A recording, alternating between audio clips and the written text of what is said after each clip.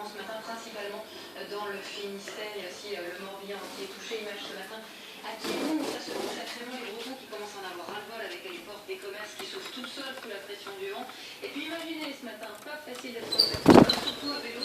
Il vaut mieux avoir le vent dans le dos.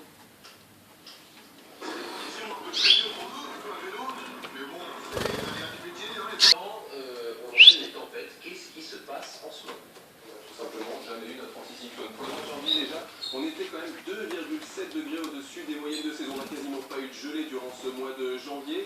Et on avait tout simplement les dépressions qui se sont succédées sur l'Europe de l'Ouest, apportant même de la neige. On l'a vu ces derniers jours du côté de l'Allemagne ou encore vers le Portugal. Et dans un flux de secteur ouest venant donc de l'Atlantique, on a vraiment beaucoup de douceur, un temps donc très doux, mais très de ces épisodes. C'est tout simplement un anticyclone qui se forme en provenance de Sibérie, qui nous apporte l'air froid justement en provenance de Russie, alors que plus au sud on a les dépressions. Ces dépressions peuvent apporter des épisodes de neige sur la partie est, et ça n'a pas été le cas cette année. Alors cette tempête elle est en train de se décaler. En plus, Christophe, ça va secouer aussi dans les terres et ça va même toucher la capitale. Elle va former très fort sur le nord-ouest avec des rafales à plus de 100 km/h.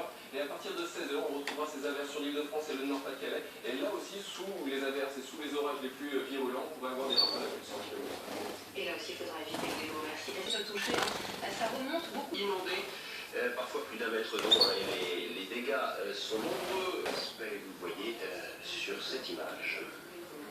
Autre grand titre ce matin, vous le disiez, Dominique Bertinotti, certains déjà qui parlent de proposition de loi. Ça se réglera à l'Assemblée. Petit bout par petit bout. Voilà, la ministre de la Famille qui reconnaît qu'il fallait retirer le texte. Elle était l'invitée de Jean-Jacques Bourdin ce matin. Je me considère fidèle à mes engagements et à ce que je suis. Oui, et fidèle au président de la République. Fidèle au président de la République. Il était peut-être temps de mettre un terme, je le dis là avec beaucoup de force, de mettre un terme à ce qui devenait totalement irrationnel, totalement absurde. On ne discutait plus de la loi famille, on discutait à propos d'eux, du côté de la manif pour tous. GPA, GMA. Voilà, vous parlez de la PMA et de la GPA, voire de la théorie du genre, de choses qui de toute façon ne figuraient pas dans la loi famille, que je ne cessais de répéter depuis des mois, et l'irrationnel l'a emporté sur tout. Voilà, Dominique Bertinotti qui a aussi précisé que le temps de la PMA n'était pas venu, mais il faudra aborder ce sujet un jour. Et forcément, tous ces sujets, eh bien, ils nous rendent très particulier ce Conseil des ministres aujourd'hui.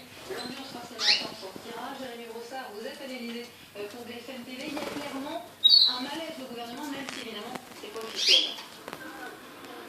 Non, c'est pas officiel, bien sûr. Personne ne commente ou ne conteste la décision prise par le Premier ministre et le Président de la République. Mais c'est vrai que cette annonce a créé un froid et même pris de court beaucoup de ministres, à commencer par le ministre des Relations avec le Parlement, qui est pourtant en charge du calendrier parlementaire. Pour comprendre cet émoi, il suffit de voir aussi le nombre de soutiens apportés à Dominique Bertinotti par ses ministres, par ses collègues ministres, mais aussi au sein même des différents cabinets. On notera aussi le tweet concerté des ministres écologistes, Cécile Duflot, Pascal Canfin, qui hier ont réagi ensemble de flux d'inquiétude, au fond, que ce recul ne crée un précédent. On pense bien sûr à un prochain projet assez sensible, notamment sur la fin de vie médicalement assistée, un projet sensible de société qui pourrait être... On en suivra bien sûr les réactions tout à l'heure à la sortie du Conseil des ministres. On verra si les visages sont fermés ou pas. C'est peut-être au retour de l'action de Christiane Taubira, car cette question pose veut-elle la peau du procureur général de Paris. Elle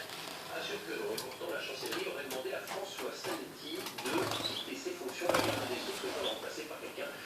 Une bien étrange nouvelle de la bouche de la directrice de cabinet de Christiane Taubira. La garde des Sceaux souhaite que le magistrat nommé par Nicolas Sarkozy démissionne de son plein gré. Car selon les informations du Canard enchaîné confirmées... Taubira installe dans un certain nombre de postes des amis ou proches ou des gens qui sont de la même sensibilité qu'elle, mais qu'on a aujourd'hui un discours qui est le discours exactement inverse des actes qui sont manifestement menés par Mme Taubira. Côté chancellerie, en revanche, on dément rien de tout cela.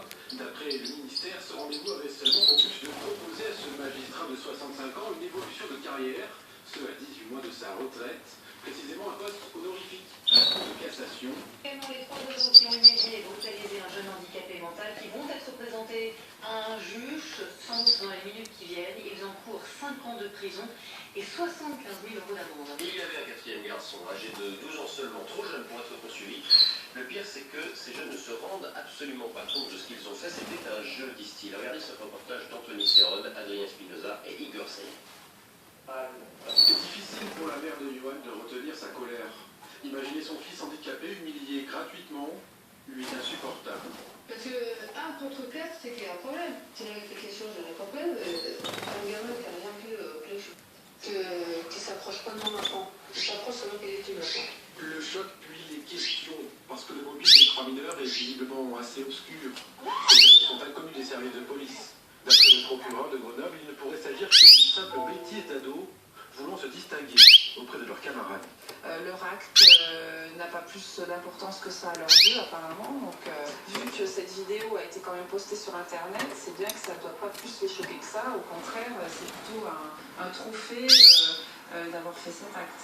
C'est comme ça qu'on peut l'interpréter. Et ce qui inquiète au-delà des faits, c'est aussi cette absence de prise de conscience du geste grave qu'ils ont commis. S'en prendre vraiment à une personne, je dirais, vulnérable, c'est vraiment la pire des choses. Et peut-être aussi un geste gratuit de la part donc, de tout jeunes ados. Et ça, je pense qu'en tant que citoyen, on est interpellé dans nos valeurs. Les 3 adolescents encourent 5 ans de prison et 75 000 euros d'amende, peine diminuée par 2 en raison de l'excuse de minorité. Et pour comprendre que le handicap n'a rien d'un jeu, pour changer aussi le regard des collégiens, le Languedoc-Roussillon organise l'opération Différent comme tout le monde. 5 000 ados qui vont découvrir la vie vue d'un fauteuil ou bien Du bandé ou parcourir un itinéraire semé d'embûches sur un fauteuil roulant. Voilà ce qui attend ces élèves de 5e. Pendant une demi-journée, les collégiens vont se mettre dans la peau d'une personne handicapée, l'occasion de découvrir leurs difficultés quotidiennes. Ils ont beaucoup de force dans les bras, c'est pour tourner et monter les marches. C'est galère. Il y a des remparts, il y a des montées, il y a des descentes. Ça doit être quand même assez dur pour la vie au quotidien. Ça doit être très très dur. L'objectif de ce projet inédit, changer le regard des jeunes sur le handicap. Et à la tête de cette initiative, Jean-Christophe Parisot, premier préfet à mobilité réduite de France. Si je porte l'uniforme aujourd'hui de préfet, c'est parce que j'ai réussi à surmonter ces obstacles. Et j'aimerais que tous les jeunes qui sont ici puissent avoir une vie plus simple et ne plus rencontrer les obstacles que j'ai dû surmonter. L'OT comme Gilbert Montagnier se prolongera avec la publication d'un bimensuel gratuit. L'enjeu, que le concept prenne un peu partout en France. Des drones pour surveiller les voies. La SNCF tente l'expérience depuis quelques jours. Un petit appareil sans pilote survole la ligne.